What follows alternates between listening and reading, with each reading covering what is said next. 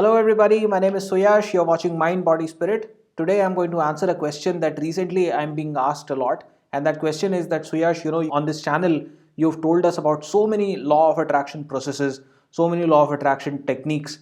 And so how do we implement all of them in a way that they are a part of our daily schedule? So what kind of a schedule should we follow so that all of those techniques, all of those processes are a part of it and we can apply the law of attraction in a more organized and in a proper way. While there is no perfect schedule for the law of attraction, I'm going to share with you my schedule in the hope that you will get some inspiration from it, you will get some hints from it, and then you can go ahead and make your own schedule, keeping in mind that whatever feels best for you is actually best for you, because we are talking about the mind, we are talking about feeling really good, we are talking about feeling very grateful.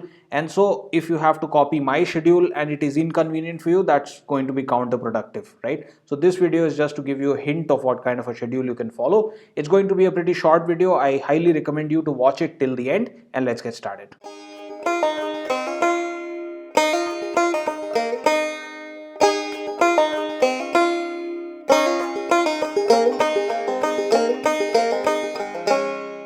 So before going ahead, I really have to take a moment and thank you all for joining my surprise live session a few days back. It was really a surprise. I just got the idea that okay, I should go live, and I did. And still many of you were there, so many of you were there, and there were so many comments and so much feedback and really so much love going around, and I really have to thank you for that. Many of you later on said that I should have informed you in advance. So I will do that the next time, and I will inform you on Instagram and Facebook, because there is no way to do that on YouTube.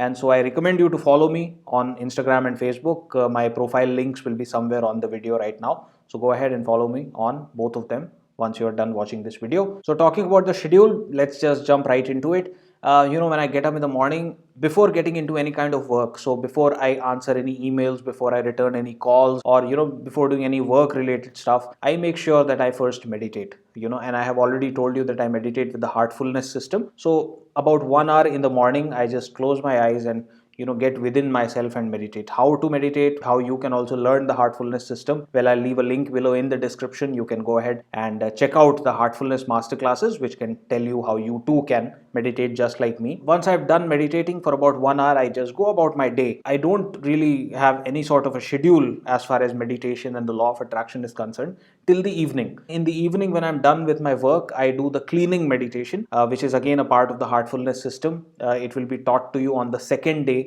of the Heartfulness Masterclasses. I in fact talked to many of you on the live session also. So that is something again you can learn by following the link below. Then what I do is I take some time separate for my visualization and writing practices. So it depends upon what I'm feeling like doing on that particular day. So maybe someday I'll visualize for a very long time, maybe 1 hour, but that is very rare. Mostly I visualize for 10-15 minutes, right? And this is also not by just okay, now this is my schedule, so this is my visualization time. It is mostly about a habit, it is mostly about practice, and also it is about ending the day on a very positive note and ending the day on a note of gratitude that yes, I have accomplished so much throughout the day, and if it has not helped me achieve that goal, at least it has made me one step closer to my goal. So a sense of gratitude is there, and so a sense of excitement is also there for the goal, that now because I'm one step closer to whatever my goal is, goals with related to my relationships with my family, with my friends, it can be any kind of goal, goals related to my career, income, all of that. Just being grateful for where I am,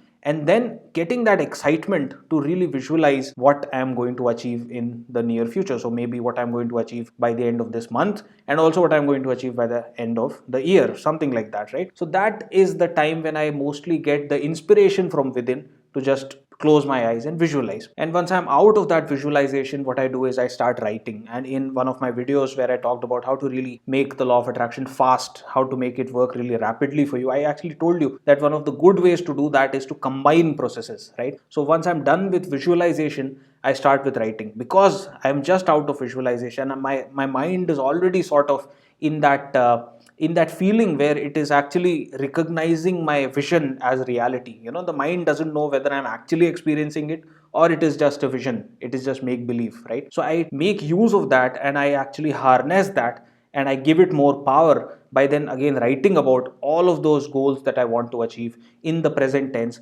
and continuing with that feeling of having achieved all of that. That I think is a really powerful time of my day, because visualization followed by writing, Both of them are very powerful processes, but then when they are done one after the other, when they are combined, I think it really creates a lot of power. And in that writing, I forgot to tell you that it's not just about the goals, but also I take out 5-10 minutes for gratitude journaling, things that I'm grateful for, both things that are already in my life and things that I want to achieve. And I write them just together. I think this is a good trick, in fact, that the things that are actually there which you are grateful for, and the things that are not there, and yet you write all of them together. So that sends a message to the universe that there's no difference between the two as far as your mind is concerned. All of them are, because you think of it, because you want it, because you can perceive it, it is for the mind and for the universe the reality, right? So writing all of that together. So, well, what I've covered till now is 1 hour in the morning of meditation, which, by the way, if you start doing, it's not necessary to do it right at the beginning 1 hour. No, you can start with 20-25 minutes, gradually, step by step, make it 1 hour. Half an hour of cleaning meditation in the evening, and then taking a little bit of time out for visualizing and writing. That's all I've told you. But what about the other processes that we have also talked about on this channel? Are they not important enough?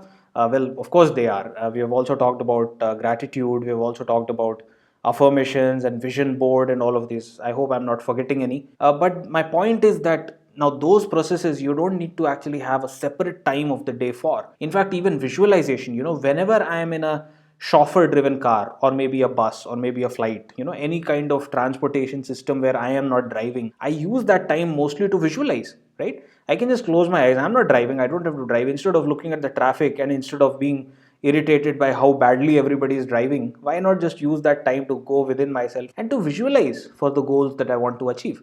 So it's not a part of my schedule, and yet I am using that time which would otherwise have been wasted. I'm using that time to visualize. Similarly, when I'm working out, workout is of course a good work, but if you are not using that time for some sort of a specific deliberate thought, then I consider that to be time wasted, right? So when I'm working out, when I'm doing cardio, when I'm weightlifting, or any kind of exercise for that matter, I am always, by habit, I'm always affirming, right? I'm always using affirmations when I'm working out, and I think that's a wonderful time to use affirmations also, because you're so full of energy, you're just running, and anyway you are motivated towards a goal. That's why you're working out. So whenever I work out, I always use affirmations, right? And in fact, I don't know how prudent that is, but when I'm really tired, and when I don't want to run anymore, I just say, okay, that right there is my goal, right? So not the running goal, but the life goal, what I want to achieve. And when I actually reach that in that specific pre-specified amount of time, I congratulate myself, and I actually feel that I have achieved that life goal. Again, combining these two, using the motivation that I'm feeling as a result of running, using that state full of energy, and actually using that towards my life goals. So again, I've combined these two. Nobody has taught me these things.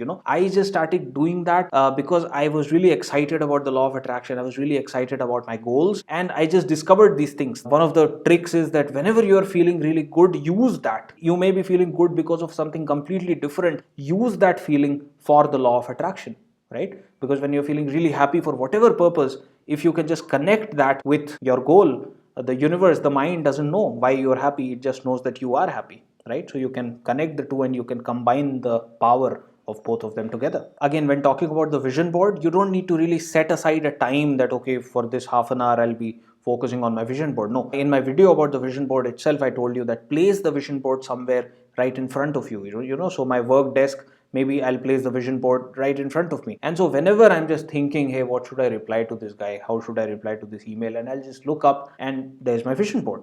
And so I'm still thinking about what to reply in that email, but subconsciously my focus sort of gets connected to my goals. And that's really wonderful. When you're doing something very non-productive, or when you're just taking a break off work for 5 minutes, just close your computer and just focus on the vision board at that time. It's not necessary that you set aside 2 to 2:30 p.m. I'll focus on the vision board. No, you can focus on the vision board whenever you want. That is why you've placed it somewhere prominent.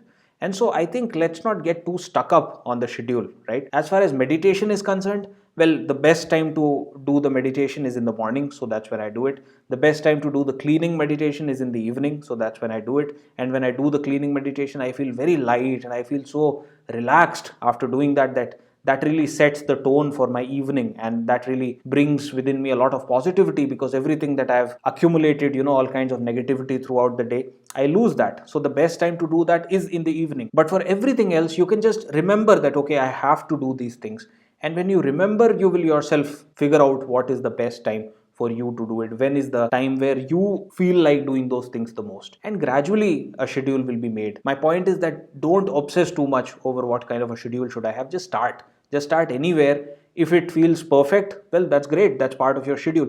If it doesn't, try shifting it to a different time, and when you do that, maybe that will be perfect and that will be part of your schedule. So just play with it, have fun with it. Don't worry too much about getting it right or getting it wrong. There is no right and wrong with the law of attraction, and whatever feels best for you, I'm repeating this, whatever feels best for you as far as the law of attraction is concerned is the best for you. So that's all for this video. If you liked it, please hit the like button. Any comments or feedback, use the comment section down below. Make sure you subscribe and also hit the bell icon. Also follow me on Facebook and Instagram to be connected in a better way. I'll see you soon in my next video. Bye bye.